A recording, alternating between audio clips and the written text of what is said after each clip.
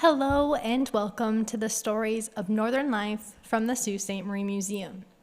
Tomorrow, June 2nd, is National Donut Day, an American holiday, but as a border town, we see no reason why we can't celebrate too over here in Canada. And no, it is not a day designated by someone who just likes eating donuts. It has a historical story that, of course, I'm going to share with you today. So let's get into it.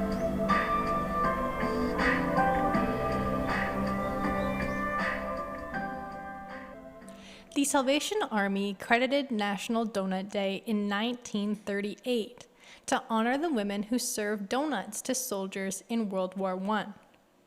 This day began as a fundraiser for Chicago's Salvation Army. The goal of their 1938 fundraiser was to help the needy during the Great Depression.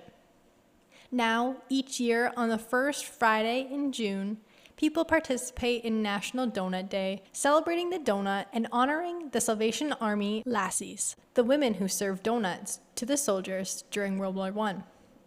In 1917, during World War I, the Salvation Army Lassies went to the front lines of Europe.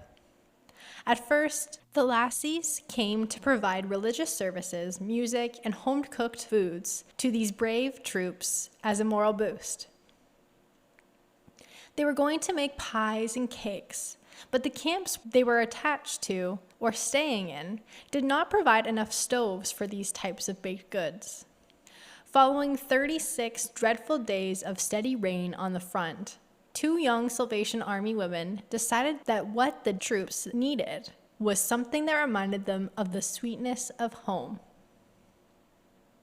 In September 1917, 4 women, all members of the Salvation Army charitable organization, traveled to the camp of the 1st Ammunition Train, 1st Division, just a mile from the trenches of eastern France.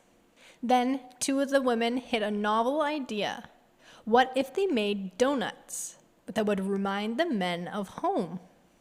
And so Margaret Sheldon and Helen Pruvence collected excess rations for the dough. They used shell casings and wine bottles for makeshift rolling pins. They filled a soldier's helmet with lard to fry the braided crullers. American infantry men were then commonly called doughboys because of the use of their helmets to fry donuts.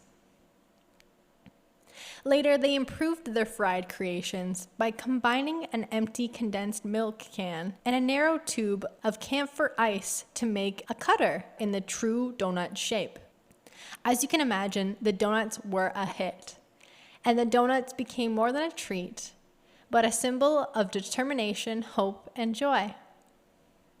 The soldiers were ecstatic to be indulging in such a treat, and also be served by beautiful women, as women were hard to come by in the trenches. The donuts were made simply, of course, made with only flour, sugar, baking powder, maybe even salt, eggs, and milk, and maybe dusted with powdered sugar after being fried. And they were much smaller than Superior Bakery or Tim Hortons donuts that we are all used to. But they definitely had a big impact.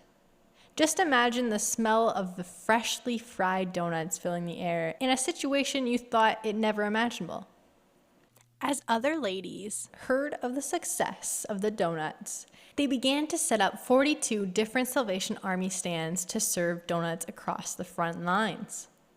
Although the girls worked late into the night, they could serve only 150 donuts on the very first day. The next day, that number was doubled. A while later, when fully equipped for the job, they fried 2,500 to 9,000 donuts daily, as did other Lassie groups along the front lines. Despite the Salvation Army sending only 250 volunteers to the front in Europe, the group and the Donut Lassies had an overwhelming impact on the soldiers. Donuts became a fond reminder of what the soldiers were fighting for: home, mother, and hearth. By the end of the war, the donuts, which was just a household treat, became an everyday staple. A massive boost in demand stemmed from the patriotic fever bestowed on the donut due to the war effort. Donuts now have become a huge part of life in North America. So come down to the Sault Ste. Marie Museum June 2nd for donuts and coffee in honor of the Donut Lassies and the soldiers in which they served. Get a donut and a coffee for only $3, and the proceeds will go to preserving military history of the Sioux here at the Sault Museum. I hope to see you on Friday, and have a great rest of your day. Thanks so much for listening, and talk to you again next week.